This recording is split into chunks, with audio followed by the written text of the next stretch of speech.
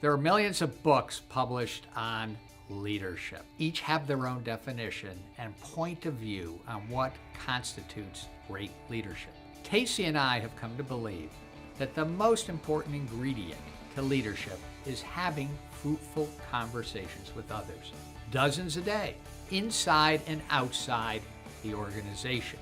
So, what in turn constitutes effective conversations? Our research points to a core set of skills. Skills like encouraging involvement of others, developing others' ideas, recognizing accomplishments every day. Each one is critical, but there is one that rises to the top: the ability to listen and respond with empathy. Roman Krasnarek, author of a new book on empathy, sums it up perfectly. Empathy in the modern workplace is not just about being able to see things from another's perspective. It's the cornerstone of good teamwork, innovative design, and smart leadership. In the last decade, Google became focused on building the perfect team, and the tech giant has spent untold millions of dollars measuring nearly every aspect of its employees' lives. Probably like being under a microscope. Well, they studied the major differences between functional and dysfunctional teams. And the functional teams had higher social sensitivity. They were skilled at intuiting and responding to others.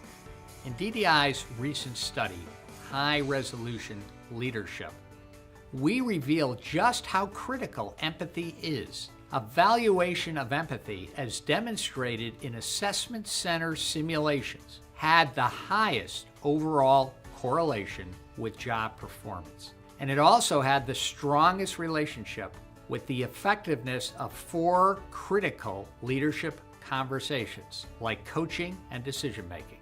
But here's the problem, a big one. The ability of frontline leaders to empathize is at an all-time low. Only 4 in 10 frontline leaders are capable of workplace empathy. And you think senior leaders are even better? No, they're worse. Another huge concern is a study by the University of Michigan, where they showed a 40% drop over 10 years in the ability of students to empathize. These students are our future leaders. What the heck is going on here? Real empathy is learned, it's practiced, fine-tuned by having real conversations, face-to-face ones. Frontline leaders, if you left it up to them, would prefer to double the amount of time they spend interacting with others. But there is another empathy-destroying trend happening. Face-to-face interactions are being replaced by digital ones, the ones preferred by younger generations and myself at times. Let's not delude ourselves into thinking that emoticons do the job. Reliance on these new digital interactions have gotten us into trouble. But leaders in their organizations are not without hope. Empathy is a skill, and it can be taught.